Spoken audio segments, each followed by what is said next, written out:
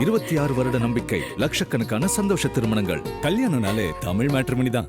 S, வீடு, schools, hotels, store room இங்கெல்லாம் partition wall கட்டணும்னாலும் இப்போ பில்டிங் போனஸோட first choice Renocon Rapid Wall Panels. குரு பயிற்சி யாருக்கெல்லாம் பலன் கொடுக்கும்? குரு பார்வைப்படக்கூடிய ராசிகளுக்கு ரொம்ப நல்லது நடக்கும். விருச்சகம், மகரம், அடுத்ததாக மீனம். இந்த 3 ராசிகளுக்கு வர நாட்கள் தமிழ்நாட்டுக்கு எப்படி இருக்கும்? இதில் இந்தியாவுக்கு இல்லை, உலகத்துக்கே போராத காலம் தான். அது எப்படி தமிழ்நாடு மட்டும்? உலகம் இன்னும் மோசமாக தான் எக்கனாமிக். இதில் வேலை வாய்ப்பெல்லாம் நிறைய இருக்கும். நீங்களும் வேலை வாய்ப்புகள்லாம் ரெடியாக இருந்துக்குங்க. என்ன வேலை வாய்ப்பு போயிடுமா? இந்த ஜென்ம குருவில் கடகம் வரனால தான் நான் விஜய் சார் கூட ஜனவரி 28ஆம் தேதி 2027ஆம் ஆண்டு வரைக்கும் தாண்டுற வரைக்கும் அவர் கொஞ்சம் கவனமாக இருக்கணும்னு சொல்லுவாங்க. வேலை இல்லை, தொழில் இல்லை, உத்தியோகம் இல்லை, வியாபாரம் இல்லை, படிப்பு இல்லைன்னு கஷ்டப்பட்டு இந்த மிதுனத்துக்கு எல்லாமே ஒரு ரீசைக்கிள் ஆகி ஒரு அப்வேர்டாகவே போவாங்க. துலாத்துக்கு உத்தியோகத்தில் ரொம்ப கவனமாக இருக்கும். இன்னொரு உத்தியோகம் கிடைக்கிறதோ அல்லது இன்னொரு தொழில் கிடைக்கிறதோ, கூட்டாளிகளுக்குள்ள தகராறு வர்றதோ, இதிலெல்லாம் கொஞ்சம் பார்த்துக்கணும். ஆனால் சனி ரொம்ப கும்பராசிக்காரர்களுக்கு கோளர் பதிகம் என்ற ஒரு பாடல் ரொம்ப முக்கியம். ஆனால் ஜென்மத்தில் ராகு இருக்கனால அடிவயிறு, கழிவுகள் பாதை, முதுகு தண்டுவடத்தில் கொஞ்சம் கவனமா இருக்கும். அதன் தமிழர்களுக்கு வணக்கம். பல்வேறு துறைகளில் ஆக சிறந்த ஆளுமைகளை சந்தித்து நாம் நேர்காணல் எடுத்து வருகிறோம். அந்த வகையில் மீண்டும் நம்மோடு இணைந்திருக்கிறார் யதார்த்த ஜோதிடர் திரு செல்வி அவர்கள். அவரிடம் கேட்பதற்கு நிறைய இருக்குன்னு வாரங்களோட கேட்போம். வணக்கம் செல்வி சார். வணக்கம். எப்படி இருக்கீங்க? நல்லா இருக்கேன். வர நாட்கள் தமிழ்நாட்டுக்கு எப்படி இருக்கும்? இதில் இந்தியாவுக்கு இல்லை, உலகத்துக்கே போராத காலம் தான். அது எப்படி தமிழ்நாடு மட்டும் வரும்? இல்ல, ஒரு புது கவர்னன்ஸ், புது கவர்மெண்ட், புது சீஃப் மினிஸ்டர், இல்ல நிறைய சவால்கள் சந்திக்க வேண்டிய. ஏன்னா உலகத்துக்கே போராத காலம். மோடிஜி சொல்லிட்டு இருக்காரு, உங்களுக்கு புரியும். தங்கத்தை வாங்காதீங்க, ஒரு பப்ளிக் டிரான்ஸ்போர்ட்டை யூஸ் பண்ணுங்க, நிறைய குறைச்சிக்குங்க. ஏன்னா மோடிஜி இப்போ 2 வண்டியில தான் போறாரு. அமித்ஷாவே எல்லாத்தையும் குறைச்சிட்டாங்க. ஏன்னா இனிமேல இதெல்லாம் ரொம்ப முக்கியத்துவம் ஆகிடும். நிறைய ஆட்டோமொபைல் இண்டஸ்ட்ரியுடைய இதெல்லாம் வெஹிக்கிளை தவிர மற்றதெல்லாம் விலை குறைய ஆரம்பிச்சிடும். நிறைய ப்ராப்ளம் இருக்கும், நிறைய ஸ்டாக்னட் ஆகும். ஏன்னா உலகத்தில் நிறைய போராட்ட காலங்கள் வரும். ஜூன் 2 குரு கடகத்தில் உச்சம் பெற்றாலும் சனிக்கு பார்வை கொடுக்குறார். நிறைய ஜோதிடர்கள் மாற்று கருத்து உண்டு. குரு பார்வை படுறதுனால சனி இன்னும் நல்லது பண்ணுவார், கிடையாது கெடுதல் பண்ற சனிக்கு ஃபுல் பவர் கொடுப்பார். அதனால உலகம் இன்னும் மோசமாக தான் இருக்கும் எக்கனாமிக். இதில் வேலை வாய்ப்பெல்லாம் நிறைய இருக்கும். நீங்களும் வேலை வாய்ப்புகள்லாம் ரெடியா இருந்துக்குங்க. என்ன வேலை வாய்ப்பு போயிடுமா? வேலை வாய்ப்பு நிறைய வேலை வாய்ப்புகள் தான் பாதிப்பு வருமா? என்னங்கன்னா நீங்க வேலை கொடுக்க மாட்டீங்க. மக்கள் எங்க ஜோசியர்கிட்ட என்னங்க வேலை இருக்கும்? உங்களுக்கு தான் ஜோசியர் என்ன செய்வாரு தானே உங்களுக்கு எல்லாம். நாங்க வேலை கொடுக்குற அளவுக்கு எம்ப்ளாய்மெண்ட் ஆபீஸா நடத்துறோம். நிறைய பாதிப்புகள் இருக்கும் உலகத்தில். அது நீங்க வரக்கூடிய காலகட்டத்தில் பார்ப்பீங்க. ஸோ ஜூன் 2க்கு பிறகாக சில காலநிலைகளும் மாறும், சூழ்நிலைகளும் மாறப்போகுது. குரு பயிற்சி யாருக்கெல்லாம் பலன் கொடுக்கும்? குரு பார்வைப்படக்கூடிய ராசிகளுக்கு ரொம்ப நல்லது நடக்கும். விருச்சகம், மகரம், அடுத்ததாக மீனம். இந்த 3 ராசிகளுக்கு சிரிக்கிறத பார்த்தா ஏதோ ஒரு ராசியில இந்த 3 ராசிகளுக்கு ரொம்ப நல்லா இருக்கும். ஆனா பார்வைப்படக்கூடிய ராசிகள். கடகத்துக்கு இடமாற்றம், தொழில் மாற்றம், உத்தியோக மாற்றம், வியாபார மாற்றம், படிப்பு மாற்றம் எல்லாம் இருக்கு.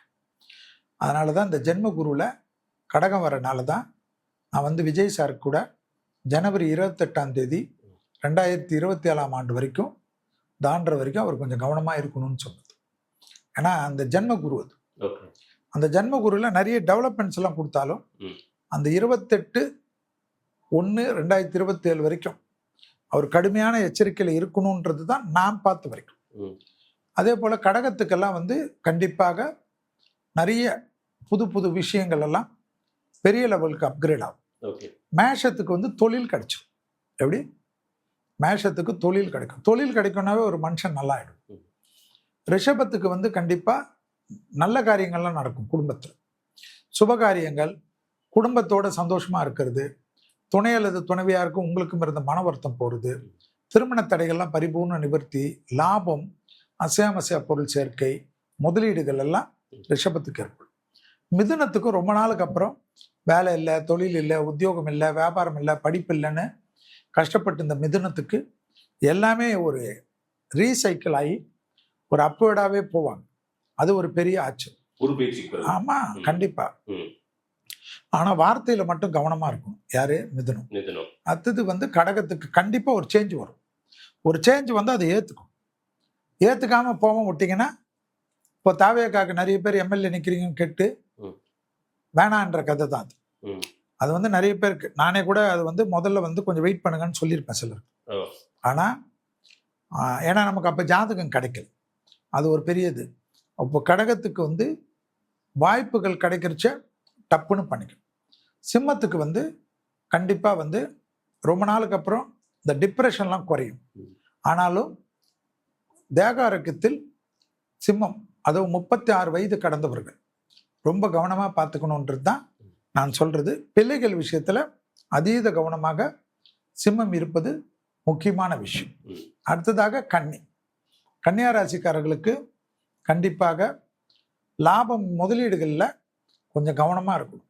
கன்னிக்கு ரொம்ப நல்லது நடக்க போகிறது என்னன்னா, பிள்ளைகள் விஷயமும் துணை அல்லது துணைவியார் விஷயத்திலும் இருந்த பாதிப்புகள்லாம் குறையும். ஆனால் முதலீடுகள், பண வரவு போன்ற விஷயத்தில் பல சங்கடங்கள், கணக்கு வழக்குகளில் சங்கடங்கள்லாம் ஏற்படும். அடுத்தது துலாத்துக்கு உத்தியோகத்தில் ரொம்ப கவனமாக இருக்கணும்.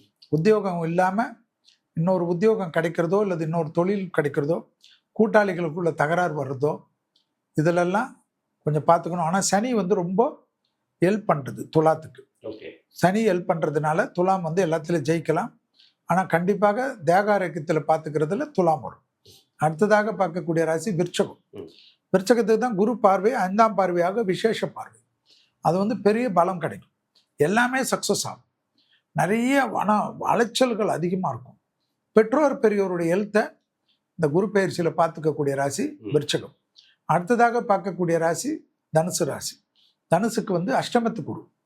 அஷ்டமத்து குரு என்றதுனாலும் வார்த்தைக்கு மதிப்பு மரியாதை குடும்பத்தில் வெளிவட்டாரத்தில் ஏற்படும். நிறைய சுபவிரயங்கள் அதிகமாக ஏற்படக்கூடிய ராசியில் தனுசு வரும். தொழிலில், உத்தியோகத்தில், வியாபாரத்தில், படிப்பில் எல்லாத்துலேயும் அற்புதங்கள் அதிகமாக ஏற்படக்கூடிய ராசி யாருன்னா தனுசுக்கு ஏற்படுவது கண்கூடாக பார்க்கலாம். அடுத்ததாக பார்க்கக்கூடிய ராசி மகரம்.